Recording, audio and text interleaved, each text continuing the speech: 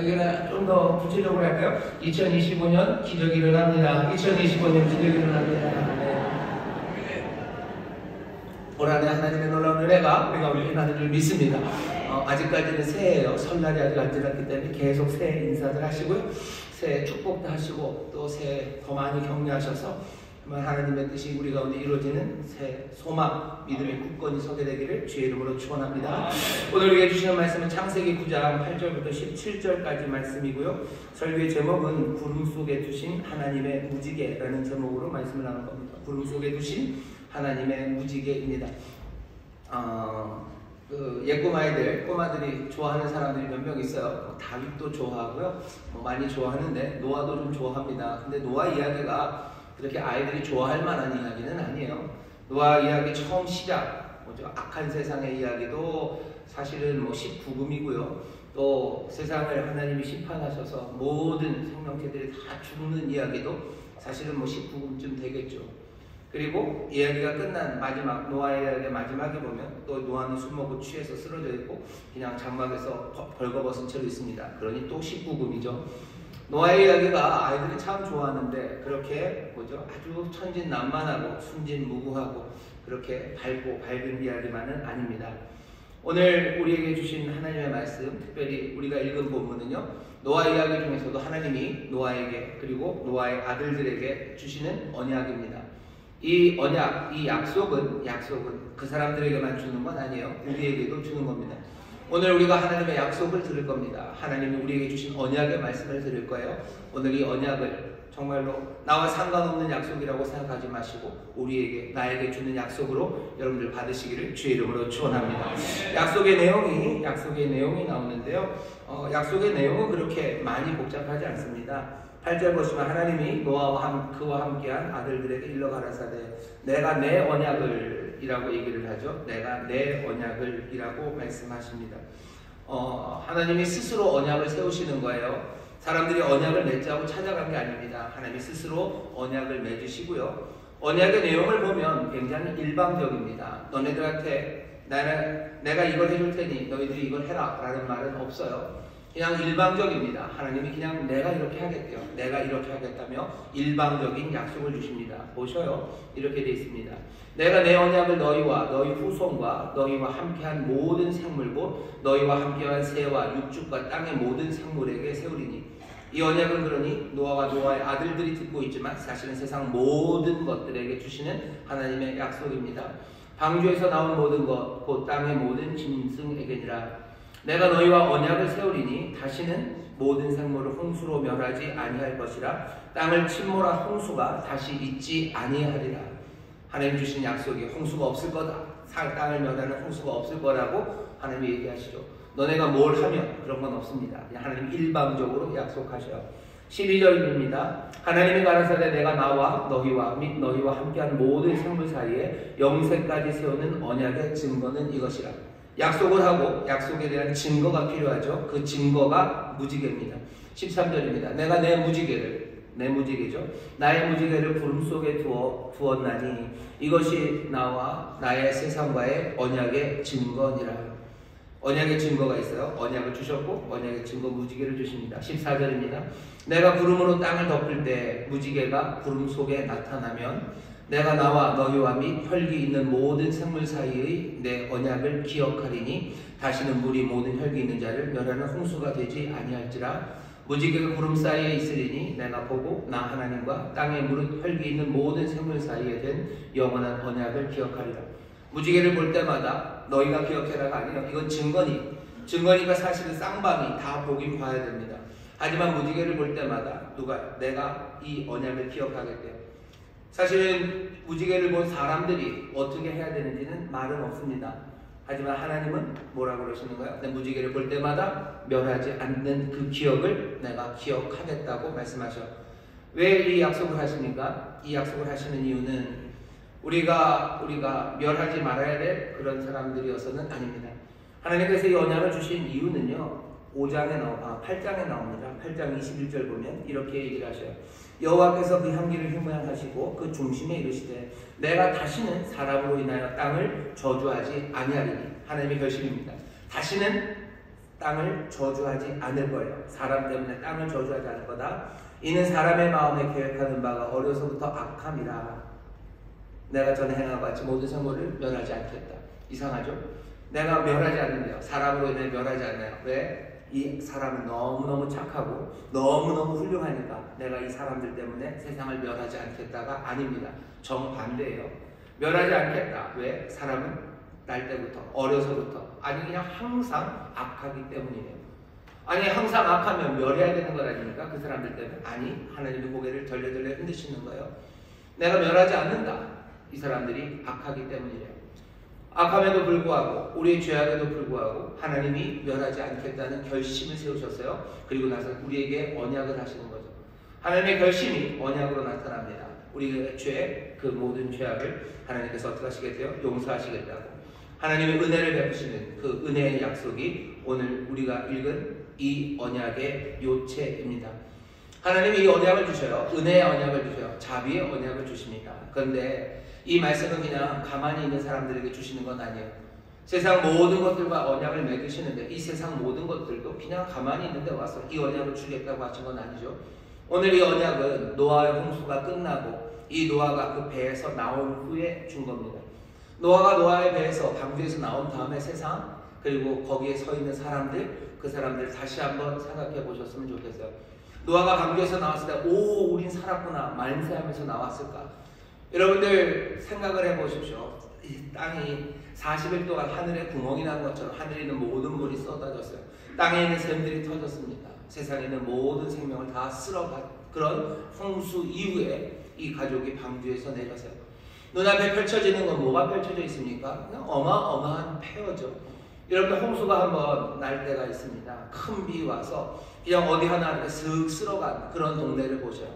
얼마 전에 저기 어디죠? 모로코에 한번 큰 홍수가 나가지고요. 그냥 지형이 바뀝니다. 근데 그거는 며칠 온 비로 그랬어요. 정말 하나님이 작정을 하고 모든 것을 쓸어버리겠다고 40일을 쏟아붓고 땅에 샘들을 터뜨렸을 때 그 세상은 얼마나 황방한 그 폐허가 되었겠습니까? 노아와 자식들은 지금 폐허 앞에 서 있는 거예요. 폐허 앞에 서 있습니다. 무슨 일이 일어날지 모릅니다.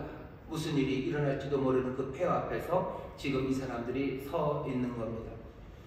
언약을 우리도 이 언약의 주인공이라고 했어요. 우리가 서 있는 이 자리도 어쩌면 이 노아와 아들들의 선자리와 비슷합니다. 노아는 폐허 앞에서 하지만 이제 새날을 열어가야 되죠. 폐허 하지만 새날을 열어가야 되는 그 사람이 서 있는 것처럼 우리는 생존자로 서 있는 겁니다. 지금 우리나라를 보면 폐허 같은 그런 모습들이 보입니다. 폐허 같죠. 혹한의 날씨에 길가에 서서 외치는 사람들이 얼마나 많은지 몰라요. 아침마다 눈 떠서 뉴스 속보를 열어봅니다. 어찌 되려나 하는 생각에 어쩌면 일이 손에 잘 잡히지도 않습니다. 정부, 국회만은 아니에요. 언론, 교육 뭐 하나 성한 것 없이 다 무너져 내리고 휩쓸려 버려간 것 같은 그런 폐허 앞에 서 있는 것이 우리들입니다. 폐허 앞에 선 우리들, 앞으로는 무슨 일이 일어날까? 어떻게 될까라는 알 수 없는 의문들, 막막한 질문들, 그것 앞에 서 있습니다. 우리가 2025년이라는 새해 앞에 서 있지만 우리 앞에 있는 건 그런 것들이죠. 폐허고 막막함입니다. 노아가 서 있는 자리요. 노아의 아들들이 서 있는 자리입니다. 이 폐허에서 뭘 시작합니까? 사람들은 이제 좀 좋아질 겁니까? 아니요. 하나님도 아셔요. 이 사람들은 마음에 계획하는 바가 어려서부터 악해요. 홍수 이후에도 이 사람들은 달라지지 않아요. 그게 하나님의 판단입니다. 노아도 알아요. 사람들은 변하지 않을 거예요. 세상은 폐허가 되어버렸고 사람들은 변하지 않을 거고 거기에서 우리는 어찌할지를 모르며 지금 서 있습니다. 그게 지금 우리가 서 있는 자리고 노아가 선 자리예요. 그 노아에게 하나님이 이 언약 약속을 주십니다. 오늘 이 약속의 말씀을 정말로 우리에게 주시는 말씀으로 오늘 받아서 정말로 이 생존자들이 어찌 살아야 될지 다시 한번 이 말씀 가운데 길을 찾으시고 다시 한번 여러분들도 결단하게 되시기를 주의 이름으로 축원합니다. 자, 어떻게 살아갑니까? 하나님의 약속은 이렇게 주어져요. 구름이 나타난다죠. 내가 구름으로 땅을 덮을 때 14절 그렇게 얘기하셔요. 내가 멸하지 않을 거다. 근데 약속은 뭐예요? 내가 구름으로 땅을 덮을 때 구름이 나타납니다. 구름이 나타나요. 뭐가 나타날지 모르는 시절을 우리가 살아갑니다. 무엇이 닥칠지 모르죠. 구름이 나타나는 내가 살아가는 것 같지만 내가 살아가는 게 아니라 뭔가가 우리에게 오는 것처럼 그렇게 살아갑니다. 구름이 우리에게 오죠. 그냥 구름이 나타납니다. 내가 구름으로 가는 것도 아니고 내가 구름을 만드는 것도 아니에요. 그냥 구름이 나타납니다. 그 구름이 무엇이 될지 우리는 모릅니다. 구름은 무엇이든지 될 수 있어요. 어쩌면 작은 구름 하나가 어마어마한 비구름이 돼서 우리에게 쏟아질 수도 있고요. 그냥 구름 하나가 천둥과 번개를 일으키는, 우리를 공포로 몰아넣는 그런 구름일 수도 있습니다. 아니 어떤 구름은 그냥 뭉게뭉게 양털구름처럼요. 그냥 그늘을 만들어주고 우리의 마음을 푸근하게 해주는 그런 구름일 수도 있습니다. 다가오죠. 2025년에 다가오죠. 폐허 같은 이곳에 정말 어찌할 바를 모르는 우리 앞에 뭔가가 다가옵니다. 다가오는 것들이 다 나쁜 일들은 아닐 수도 있어요. 어쩌면 순탄한 일들, 깜짝 놀랄 만한 좋은 일들이 다가올 수도 있고요. 어쩌면 슬픈 일, 놀랄 일들이 우리 가운데 다가올 수도 있습니다. 구름이 다가오죠. 우리는 그 세상을 살아가요. 폐허에 선 사람들, 어찌 살지 모르는 사람들에게는 구름이 옵니다. 그것이 번개가 되고 폭우가 되고 또 무엇이 될지 우리는 모르며 삽니다. 근데 오늘 말씀을 보시면요, 하나님 뭐라고 약속하죠? 내가 구름으로 땅을 덮을 때예요. 구름이 땅을 덮습니다. 구름이 옵니다. 하지만 하나님 뭐라고 약속하죠? 내가 구름으로 땅을 덮을 때라고 말씀하죠. 여기 구름이 제멋대로 돌아가는 것 같지만 그것이 운명이나 우연은 아닙니다. 우리에게 다가오는 모든 일들이 운명으로 오는 건 아니에요. 그리고 우연으로 오는 건 아닙니다. 오늘 말씀이 우리에게 알려줘요. 구름 위로 뻗으신 손이 있는 거예요. 내가 구름으로 너희를 덮을 때, 구름으로 덮습니다. 그 구름 위에 손이 있는 거죠. 주의 손이 있습니다. 그 구름을 움직이는 그 손이 어떤 손인지 우리는 알아요. 우리에게 다가오는 많은 구름들, 그 구름은 그냥 운명이나 우연처럼 있는 게 아니라 내가 구름으로 덮을 때라고 말씀하시는 거예요. 하나님의 약속의 말씀을 잘 귀 기울여 들으셔. 내가 구름으로 덮을 때, 그 손은 친히 우리를 위해서 십자가에 못 박혀 찢기신 그 손이에요. 구름을 덮는 그 손이, 구름을 움직이는 손이 어떤 손인지 우리 한번 다시 보셔야 됩니다. 어린아이들, 다가오는 아이들 머리에 안수하며 축복하셨던 손이에요. 눈먼 자들, 그 사람들의 눈을 만져주셨던 손이에요. 귀 먼 사람들, 그 귀를 열어주기 위해서 그 귀를 만졌던 손이에요. 풍랑을 잠재우기 위해서 드셨던 바로 그 손입니다. 그 손을 벗어나서 다른 어느 것도 아무 일도 벌어질 수 없어요. 내가 구름으로 너희를 덮을 때라고 말씀하시죠. 모든 일을 합력하여 우리에게 선을 이루게 하시는 바로 그 손을 기억하셔야 돼요. 우리에게 구름이 올 겁니다. 무슨 일이 있을지 우리는 모릅니다. 하지만 주님은 그렇게 분명히 말씀하셔요. 내가 구름으로 땅을 덮을 때.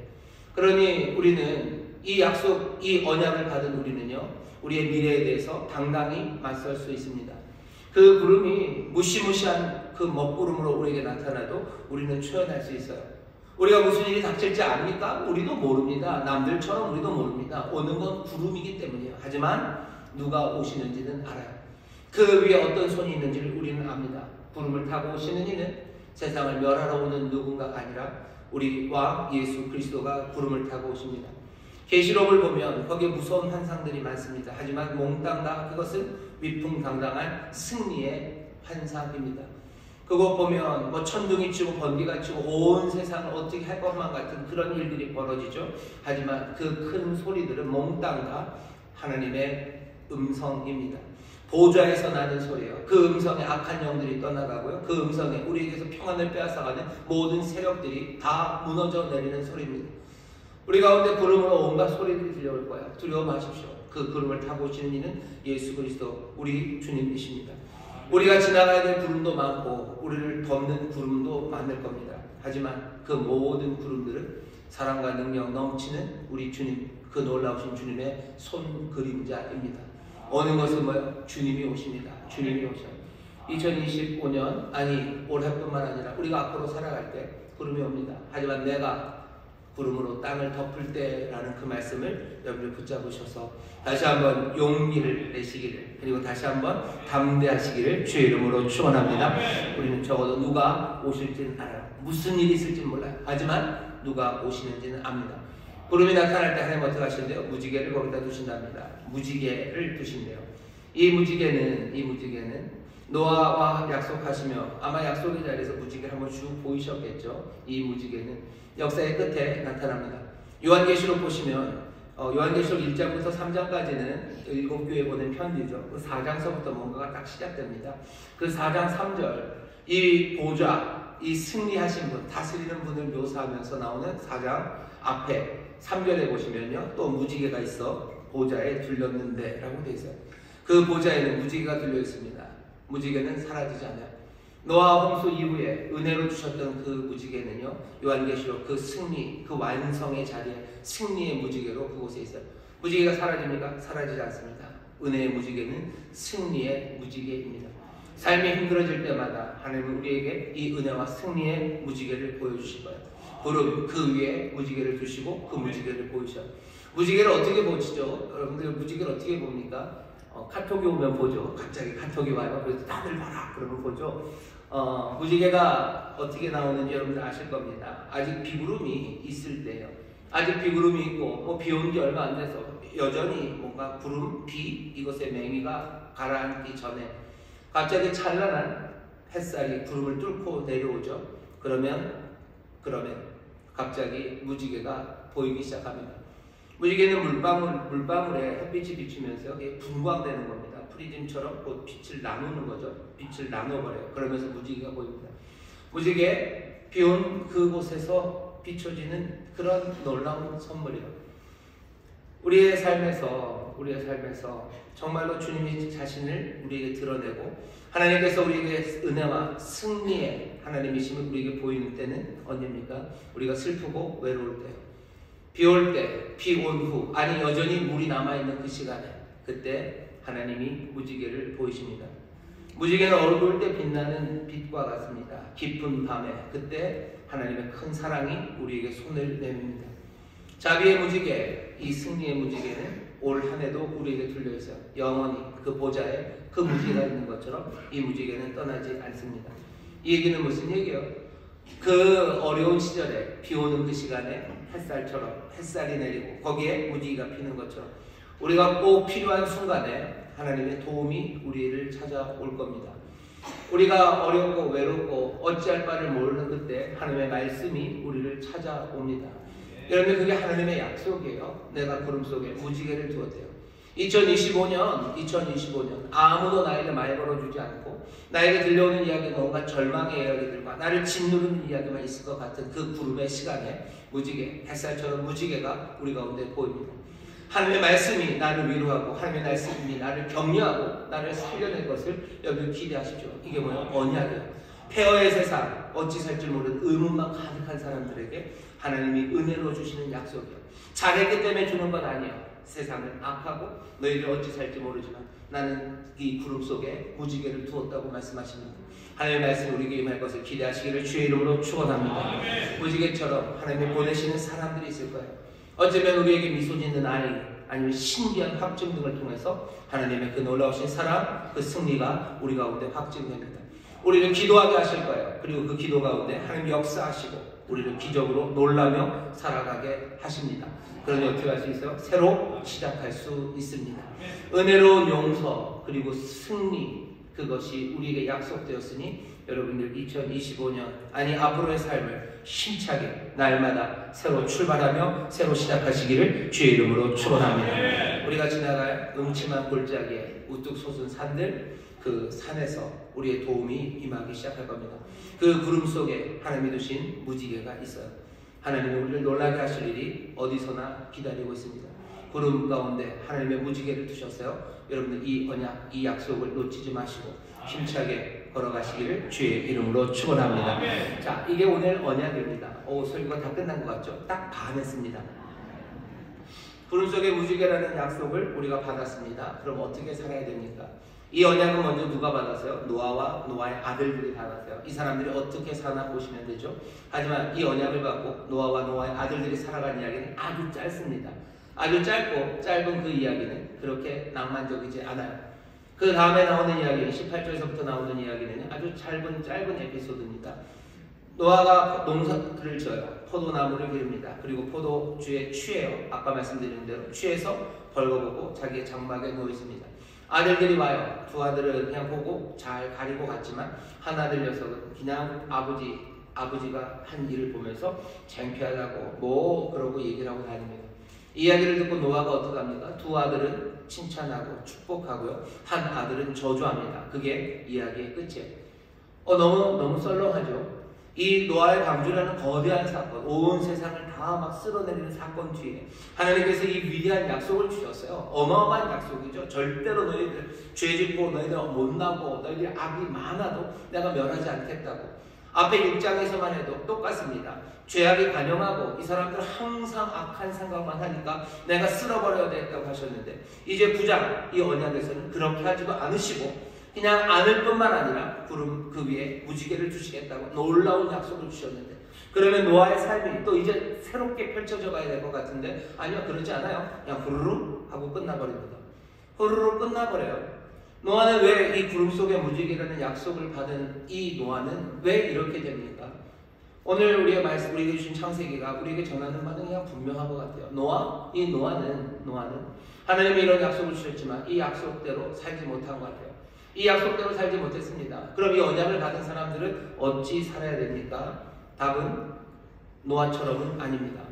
노아처럼 살면 안 됩니다. 그게 오늘 우리에게 주시는 말씀이 뜻하는 바라고 생각합니다. 노아가 어떤 사람인데요? 노아는 어마어마한 사람입니다. 노아를 처음 소개할 때부터 거창하게 시작이 돼요. 노아에게 노아라는 이름을 준 사람은 당연히 아버지죠. 노아의 아버지 라멕이 노아에게 이름을 줄 때 창세기 5장 29절입니다. 이름을 노아라 하여 가로되 여호와께서 땅을 저주하심으로 수고로 일하는 우리를 이 아들이 안위하리라 하셨다. 노아의 이름은 안위하는 거예요. 누굴 안위합니까? 이 땅을 안위할 거예요. 이 땅에 평안을 가져다 줄 거예요. 이 땅은 어떻게 됐는데 여호와께서 저주한 땅입니다. 그러니 수고로 일하는 우리를, 인간의 실패를, 하나님이 저주하신 땅을 위로할 사람, 속량할 사람, 그런 사람이라는 이름이 노아의 이름입니다. 얼마나 대단한 이름입니까? 어떻게 보면 세상을 구원할 사람이요. 세상을 구원할 사람이요. 온갖 폐허가 된, 죄로 말미암아 엉망이 된 세상, 그 세상을 위로하고 그 세상을 그 세상에 평강을 가져다 줄 사람, 그 사람이 노아입니다. 노아에게 거대한 기대가 있는 거죠. 우리도 마찬가지입니다. 우리의 이름이 뭡니까? 우리의 이름은 하나님의 자녀예요. 이름이 없었던 우리에게 하나님의 자녀라는 이름을 주셨어요. 우리를 어떻게 부르셨어요? 우리를 거룩한 백성으로 부르셨어요. 거룩한 나라로 부르셨어요. 왕같은 제사장으로 부르셨어요. 우리에게 거대한 이름을 주셨습니다. 우리에게도 노아 같은 이름을 주신 거죠. 이 망가진 세상을 고치고 이 땅에 평강을 가져다주는 그 거룩하고 위대한 이름을 우리에게 주셨습니다. 노아가 이 큰 기대로 시작을 해요. 큰 기대로 시작한 것만큼이나 노아는 아주 멋지게 소개됩니다. 6장 8절에 보면 노아가 하나님에게 은혜를 입었대요. 세상은 악합니다. 악이 관영한 그 세상에서 노아는 하나님의 은혜를 입었어요. 그러니 9절 보시면 노아의 사적은 이러하니라. 노아는 의인이요 당세의 완전한 자라. 그가 하나님과 동행하였으며. 여기 보면 6장 9절에 나와 있는 표현들을 보면요, 어마어마합니다. 이런 이야기를 들은 사람이 없어요. 완전한 사람이에요. 이 사람은 완전한 사람, 의인이에요. 하나님과 동행한 사람이랍니다. 노아는 그런 대단한 사람이에요. 어마어마한 사명이, 그리고 어마어마한 약속이 있었던 사람이고요. 그리고 그런 평가를 받습니다. 자, 그런데 노아가 왜 그렇게 대단합니까? 이 사람은 당세의 완전한 자, 물들지 않은 사람이에요. 악한 세상, 그렇게 악한 세상, 하나님 몽땅 다 쓸어버릴 만큼 죄악이 관영하고 사람들 제멋대로 살아가는 그 세상에서 이 사람은 완전한 사람이었습니다. 세상에서 물들지 않는다는 건 얼마나 어렵습니까? 노아는 그 일을 해낸 사람이에요. 하나님의 약속을 받은 사람, 평강의 사명을 받은 그 사람은 세상에 물들지 않습니다. 여기까지 참 좋아요. 노아는 세상에 물들지 않죠. 그리고 노아는 어떤 사람입니까? 하나님의 명령을 망설임 없이 순종하는 사람이에요.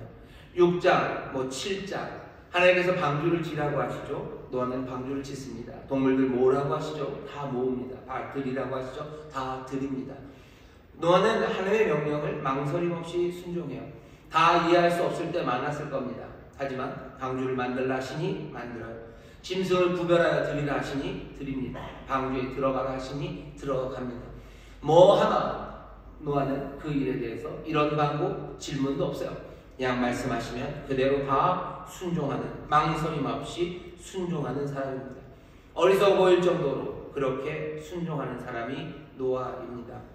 의롭고 흠이 없고 하나님과 동행하는 사람, 순종의 모범 같은 사람이요. 그런데 질문이 하나 생기는 거죠. 왜 이렇게 완벽한 사람이 믿음의 조상이 아닙니까?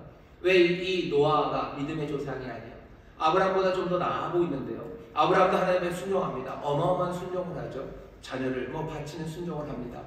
하지만 아브라함에 대해서 이만큼 의로운 자, 완전한 자 이런 이야기는 들은 적이 없어요. 아브라함의 잘못이 노아의 잘못에 비하면 어마어마하게 더 커 보이기도 합니다. 노아는 사실은 별로 잘못한 게 없는 것 같기도 하죠. 술 먹고 그냥 어디 나가서 길거리에서 춤추고 발대 먹고 돌아다니는 것도 아니고 자기 집에서 그냥 그렇게 한번 잤다고 그게 그렇게 큰 문제입니까 싶을 만큼 아브라함에게는 아내를 2번이나 속여 먹었던 아내가 아니라고 사람들에게 속였던 그런 일들도 있고요. 하가를 취했던 일들도 있고 하나님의 약속, 그 약속을 벗어나기도 하고 했던 그런 사람이 아브라함이었습니다. 그런데도 불구하고 믿음의 종사는 아브라함이에요. 하나님은 노아를 통해서 일하지 않으셔요. 어쩌면 노아에게 그 이름, 하나님이 저주하셨던 이 땅, 그리고 일하고 수고하는 우리들의 삶을 안위할 자라고 이름을 붙였을 때는 뭔가 기대가 있었겠죠. 그 이름에 대한 기대, 그 기대대로 어쩌면 노아는 순종하며 살았습니다. 말 없이 순종하며 살았어요. 하지만 믿음의 조상은 아닙니다. 의미하는 바는 뭐예요? 순종 그것으로는 충분하지 않습니다. 노아가 하는 일들을 잘 보시면 노아는 순종합니다. 근데 굉장히 이 사람은 좀 답답해 보입니다. 방주를 지어요. 그리고 홍수가 임합니다. 거기까지 이야기가 얼마나 빨리 진행되는지 몰라요. 하나님이 방수 지으라 하시고 또 하고 다 들여보내니까 바로 비가 오죠. 그리고 세상 훅 쓸어버립니다. 그 다음부터 이야기는 굉장히 늦어져요. 비가 그쳤어요. 비가 그치고 150일 만에 물이 빠지기 시작합니다. 노아는 그동안에 뭐하죠? 계속해서 새를 날립니다. 까마귀 날리고 비둘기 날리고 또 비둘기 날리고 또 비둘기 날리고 계속해서 새 날리고 있어요. 새 날리면서 마지막 비둘기가 날아가고선 돌아오지도 않습니다.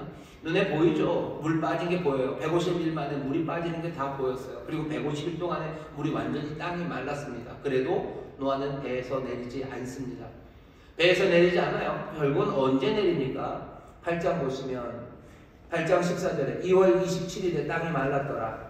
15절입니다. 하나님이 노아에게 말씀하여 가라사대 너는 네 아내와 네 아들들과 네 자부들로 더불어 방주에서 나오고 그랬더니 18절 노아가 그 아들들과 그 아내와 그 자부들과 함께 나왔습니다. 어떻게 보면 하나님의 말씀대로 순종하는 거죠. 들어가라는 거 들어갔어요. 결국 하나님이 나오라고 하시니 나왔습니다. 노아는 그런 사람이에요. 이거 믿음이 있어야 되는 겁니다. 분명히 믿음의 사람이에요. 하나님 앞에 순종하는 사람이에요. 하지만 믿음의 조상이 되지는 못합니다. 아니 그렇게 부르지 않으셔요. 왜 그렇습니까? 노아의 답답한 순종을 가만히 보시면요. 뭔가 노아의 이야기에서 이상한 게 있습니다. 하나님께서 세상이 이제 너무 악해서 내가 이 세상을 그리고 이 땅에 있는 모든 생명을 다 멸하겠다고 얘기하실 때 노아는 아무 말이 없어요. 너와 네 가족 구하기 위해서 방주를 지으라 하실 때도 노아는 아무 말이 없습니다. 비가 내리기 시작했을 때도 노아는 아무 말이 없습니다. 말 없이 순종해요. 명령 받은 대로 행합니다. 뭐가 잘못됐습니까? 조금만 더 보시죠. 히브리 말, 이 구약 성경이에요. 지금도 이스라엘 사람들이 히브리어를 씁니다. 하지만 지금 현재 이스라엘이 쓰는 히브리어는요, 이 성경의 이스라엘, 이 히브리어와는 좀 다릅니다. 거의 비슷하지만 달라요. 새로 만든 말입니다. 왜냐하면 이 민족이 흩어져서 산 지가 너무 오래됐기 때문에요. 히브리 말 말고 다른 말들을 썼어요. 그러니 다시 모여서 지금 이스라엘 살기 위해서 사람들이 미리 준비를 했죠. 이 고대 히브리어를 따가지고요, 현대 히브리어를 만들어서 쓰고 있습니다. 옛날 히브리어, 이 성경에 보시면요, 이상한 특징이 하나 있어요. 뭐냐면 성경에는 순종이라는 말이 없습니다. 이 성경에는 순종이라는 단어는 없어요. 이상하네요. 순종으로 다 번역되어 있지. 예, 순종으로 번역되어 있지 순종이라는 말은 없습니다. 그래서 요즘 현대 이스라엘 사람들은요, 자기들이 순종이라는 말을 따로 만들었어요. 그러면 순종이 없다니 이게 말이 됩니까? 수많은 명령이 있는데 어떻게 순종이 없습니까? 예, 대신에 쉐마라는 말을 씁니다. 쉐마는 들으라는 이야기예요. 주의하라는 거예요. 이해하라는 거예요. 내면화하라는 거예요. 응답하라는 겁니다. 순종하라고 안 그러셔요. 순종이라는 말 자체가 없어요. 듣고 이해하고 그 다음에 또 뭐예요? 주의하고 그거 내면화하고 그거 응답하라고 얘기하는 거죠. 생각해 보시죠. 십계명을 이스라엘이 순종합니까? 처음에 십계명 첫 번째가 뭔데요? 하나님 한 분밖에 아니다. 오직 하나님 한 분이시다. 예요. 거기에 어떻게 순종합니까? 우리가 아는 말로. 하지만 그 말을 쉐마 들을 수는 있어요. 그 말을 듣고 이해합니다. 그리고 그 말에 주의합니다. 그걸 내면화해요. 그리고 그것에 응답하는 거죠. 하나님 한 분이라는 것에 응답하는 거예요. 생각해보면 이상하죠. 부모님을 공경하래요. 네 부모를 공경해라. 공경해라. 예, 순종한다는 게 도대체 뭡니까? 그것을 듣는 거예요. 이해하는 거예요. 거기에 주의하는 거예요. 마음을 거기다 두는 거예요. 그리고 그것들 내 안에 세워놓는 거예요. 그리고는 거기에 응답하기 시작하는 거죠. 히브리 말에 순종이라는 말이 없습니다. 적어도 이 성경에는 순종이라고 하면 쉐마라고 얘기합니다. 맹목적 순종, 그런 게 없기 때문이에요. 맹목적 순종을 원하셨으면 하나님께서 어떻게 하셨겠어요? 무슨 기계적으로 순종할 수 있는, 로봇처럼 순종할 수 있는 그런 사람을 만들었겠죠. 하나님이 바라시는 바는 성숙하고 숙고하고 또 우리가 이해하든 이해하지 못하든 그분을 신뢰하며 그분의 뜻을 따르기를 원하시는 겁니다. 하나님은 우리에게 노아의 이야기를 통해서 우리가 알려주는 것은 하나님은 그냥 맹목적인 순종, 노아는 늘 그러시게요. 하라면 하고 내리라고 할 때까지 내리지 않습니다. 이 땅에 엉망이 되었어요. 여러분은 어떠셔요? 여러분들 같으면 어떻게 하실 것 같으셔요? 정말로 우리가 배에서 40일을 그 큰 비를 맞아서 150일 동안 물이 빠집니다. 그럼 여러분들 어떻게 하실 것 같으십니까? 누구라도 혹시 나무 뿌리라도 하나, 아니면 저 어디 산꼭대기에 누구 하나 살아있는 사람 없을까? 여러분 달려가지 않으시겠어요? 근데 노아는 그렇게 안 합니다. 그냥 자기에게 맡겨진 그 일들에 순종할 뿐이에요. 큰 비가 와서 세상을 다 멸한다고 할 때도 노아는 아무 말이 없습니다. 그냥 그 말에 순종할 뿐입니다. 믿음의 조상이라고 불렀던 아브라함을 생각해보면 이 대비가 극명해집니다. 만일 아브라함에게 하나님께서 이런 말씀을 하셨으면 아브라함은 어떻게 하셨을 것 같으셔요? 소돔이 멸망된다는 이야기를 아브라함이 들었을 때는 어떡합니까? 이건 온 세상도 아니라 소돔의 불과 유황으로 내가 심판할 거다 라는 말을 들었을 때 아브라함은 그 앞에 달려갑니다. 어떻게 그러실 수 있냐고. 의인과 악인 함께 죽게 하는 것 주님 하실 일 아니라고. 의인 오심 있으면 살리셔야 되는 것 아니냐고. 세상을 판단하시니까 공의로 판단하셔야 되는 것 아니냐고 하나님 앞으로 달려 나옵니다. 자기 조카가 잡혀갔어요. 그 잡혀간 그 일에 자기 집에서 기르는 318명 그 사람들 데리고 달려갑니다. 달려가서 살려내는 사람이 아브라함입니다. 세상을 멸한다는 그 일에 그 말에 아브라함이 달려가서 뭘 해도 아마 실패했을 수도 있습니다. 하지만 노아는 시도조차도 하지 않았어요. 노아의 마지막 이야기를 가만히 보시면요, 결국은 세상 정말 하나님이 저주하신 땅과 그 저주하신 땅에서 힘들게 살아가는 사람들을 안위할 그 노아는 결국은 어떻게 됩니까? 그럼 인생의 마지막에서는 그냥 자기 자식들을 저주하며 그냥 술 먹고 죽어간 사람이에요. 아무것도 못합니다. 아무것도 못해요. 결국은 자기 자신만을 구하려는 사람, 그 사람은 결국 자기 자신도 구하지 못합니다. 6장 9절에 있었던 노아가 하나님과 동행했다는 이야기는요, 어쩌면 조금은 아이러니입니다. 왜냐하면 아브라함과 비교될 때 그래요. 노아는 아브라함과 비교될 수밖에 없습니다. 노아, 그리고 나서 안 된 거죠. 그리고는 바벨탑 안 된 거죠. 그리고 나서는 아브라함이 오는 겁니다. 노아는 하나님과 동행했어요. 하나님 앱입니다. 하나님과 함께 걸었어요. 아브라함은 어떻습니까? 아브라함은 17장 1절에 보면 여호와께서 아브라함에게 너는 내 앞에서 행하여 운전하려. 너는 내 앞에서 걸으라고 하십니다. 노아는 어쩌면 하나님 옆에서 걸어야 되는 사람이었는지 몰라요. 하지만 믿음의 조상은 하나님 앞에서 걸어가는 사람입니다. 하나님 앞에서 걸어간다는 건 뭡니까? 책임감을 가지고 용기 있게 걸어간다는 거예요. 하나님은 구름 속에 무지개를 두셨어요. 하나님은 우리의 연약함과 우리의 죄악을 아십니다. 하나님 망하게 하지 않으실 거예요. 은혜의 하나님은 그 승리의 하나님으로 우리를 인도하실 그 놀라운 약속을 우리에게 주셨어요. 그러면 이제 우리는 어떻게 살아야 됩니까? 이 노아의 언약에도 뭘 해라는 말이 있습니까? 해라는 말이 없어요. 만약에 하나님께서 노아에게 또 뭘 하라고 했으면 노아는 했을 겁니다. 분명합니다. 노아는 그렇게 의로운 사람이고 하나님께 순종하는 사람이에요. 하지만 그게 다는 아니죠. 열심으로 순종하십시오. 우리에게 주어진 이름에 걸맞게 주님 주신 말씀에 우리가 순종하셔야 돼요. 쉐마 들으셔야 돼요. 이해하셔야 되고 그것들을 마음에 담고 거기에 반응하셔야 돼요. 근데 그 반응이 어떻게 해요? 어제 믿음의 조상인 아브라함처럼 책임감 있게 그리고 용감하게 달려나가기 시작해야 합니다. 폐허가 된 세상에 우리가 섰어요. 폐허 같은 세상 무슨 일이 일어날지 모르는 의문 앞에 서 있습니다. 우리에게 주신 건 언약이에요. 약속을 붙잡았습니다. 구름 속에 무지개라는 약속을 붙잡았어요. 그러면 어떻게 합니까? 여러분들 담대하게 용기 있게 책임감 있게 달려나갔습니다. 실패하면 어떡합니까? 주께서 약속하시잖아요.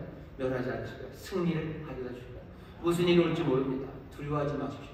책임감을 가지고 용기와 믿음으로 나가는 것. 그것이 믿음의 사람들이 살아갈 길입니다.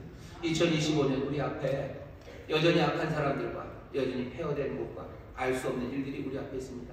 하지만 이제 약속을 받은 사람들은 노아처럼 술 먹고 그냥 포기하고 주저앉고 세상을 저주하며 살아가지 마셔. 아브라함처럼 믿음으로 살아가는 겁니다. 내게 주어진 능력 그것 가지고 내가 책임감 있게 움직이기 시작하는 거죠. 내 형제를 위해서, 내 이웃을 위해서 내가 정말로 용기 있게 달려나가기 시작하는 사람들, 그 사람들이 이 그룹 속에 두신 무지개의 약속 그 증거를 받은 사람들입니다. 2025년 우리가 그리 달려갈 때 주의 무지개 우리 가운데 비춰오고 또 주가 주신 놀라운 기적이 우리 가운데 넘칠 줄 믿습니다. 힘차게 걸어가시기를 주의 이름으로 축원합니다. 기도하겠습니다. 하나님 감사합니다. 2025년 아버지 폐허 같은 세상, 여전히 악한 사람들, 아버지 여전히 부족한 우리들, 그러나 오늘 귀하신 약속의 말씀을 우리에게 주십니다. 은혜의 약속이요 승리의 약속입니다.